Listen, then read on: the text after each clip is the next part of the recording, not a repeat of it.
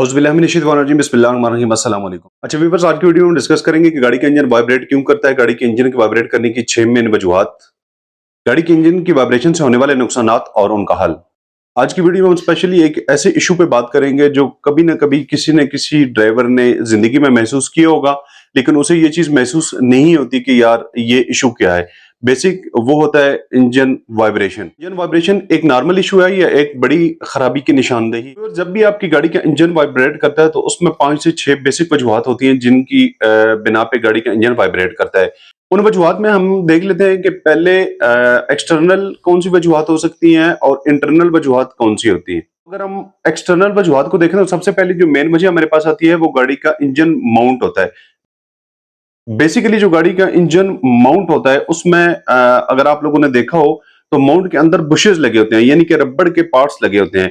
एक पार्ट्स जो होता है वो इंजन की बॉडी के साथ फिक्स हुआ होता है और दूसरा जो है माउंट के साथ नीचे फिक्स हुआ होता है।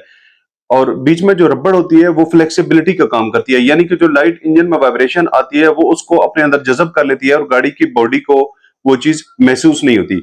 अगर वो रबड़ ना लगी हो या वो रबड़ टूट जाए, यानी कि जैसे इंजन माउंट कहते हैं, अगर वो टूट जाए तो उसके नुकसानात ये होते हैं कि अगर एक वो हल्का सा टूटा है वो साथ दूसरे दो को भी तोड़ सकता है। बेसिकली ये 3 लगे होते हैं इंजन माउंट, ठीक है, जिनके ऊपर इंजन पड़ा हुआ होता है। वो बेसिक इंजन में 3 लगे हुए होते हैं।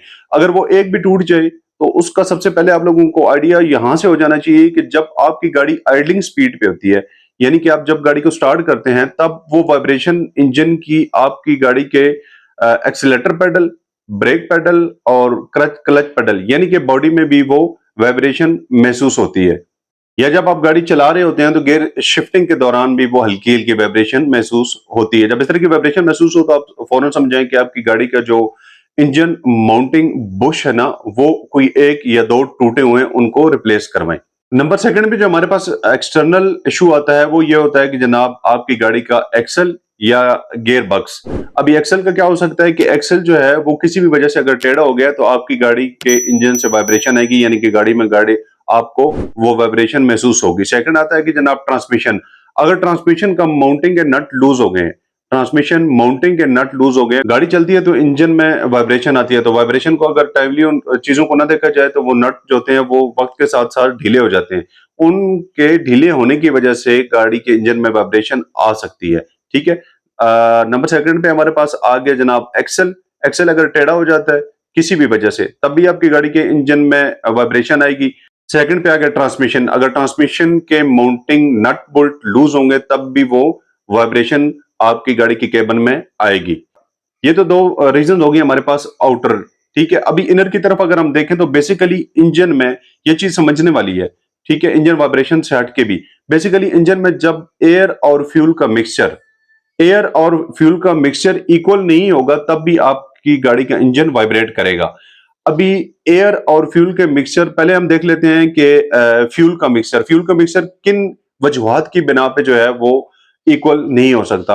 अभी सबसे पहले तो आप ले लेना कि जी फ्यूल टैंक से अगर आपकी गाड़ी का फ्यूल पंप जो है वो वीक है, वो ठीक तरह से फ्यूल सप्लाई नहीं कर रहा, फ्यूल जो है नहीं पहुंच रहा इंजन तक रिक्वायर्ड क्वांटिटी के मुताबिक, तब भी आपकी गाड़ी में वाइब्रेशन होगी।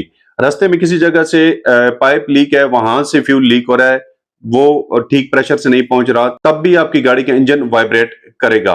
और लास्ट पे जो फाइनल थ्रो होती है वो होते हैं जी इंजेक्टर। अगर इंजेक्टर किसी वजह से भी क्लॉग्ड हैं, यानी कि इंजेक्टर में किसी वजह से भी कोई कचरा वगैरह आ गया या किसी वजह से भी वो क्लॉग्ड हो गए हैं, वो ब्लॉक हो गए हैं, वो ठीक तरह से स्प्रे नहीं कर रहे, अगर स्प्रे कर रहे हैं तो वो बहुत कम कर रहे हैं, जितना उनको करना चाहिए वो उस तरह से नहीं कर रहे, तभी आपकी गाड़ी का इंजन वाइब्रेट करेगा।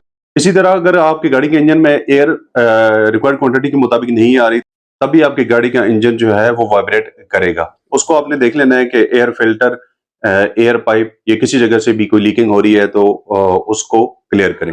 तो फिर नंबर 6 और लास्ट में हमारे पास आता है थ्रॉटल बॉडी। अगर थ्रॉटल बॉडी में एसी वॉल्व, अभी आप लोग सोच रहे होंगे कि एसी वाल इधर किधर से आ गया, तो बेसिकली एसी वॉल्व जो होता है वो आइडलिंग एयर कंट्रोल वाल्व होता है। अगर ये किसी वजह से रस्टी हो गया है या वर्किंग ठीक तरह से नहीं कर रहा तभी आपकी गाड़ी में वाइब्रेशन होगी। तो व्यूअर्स, आपके साथ भी कभी इस तरह का कोई इशू आया हो या आपकी गाड़ी ने वाइब्रेट किया तो कमेंट्स बॉक्स में लाजमी बताइएगा। अपना और अपने पैरों का बहुत सारा ख्याल रखिएगा, दुआ में याद रखिएगा। मिलते हैं नेक्स्ट वीडियो में, तब तक ले जाते जी।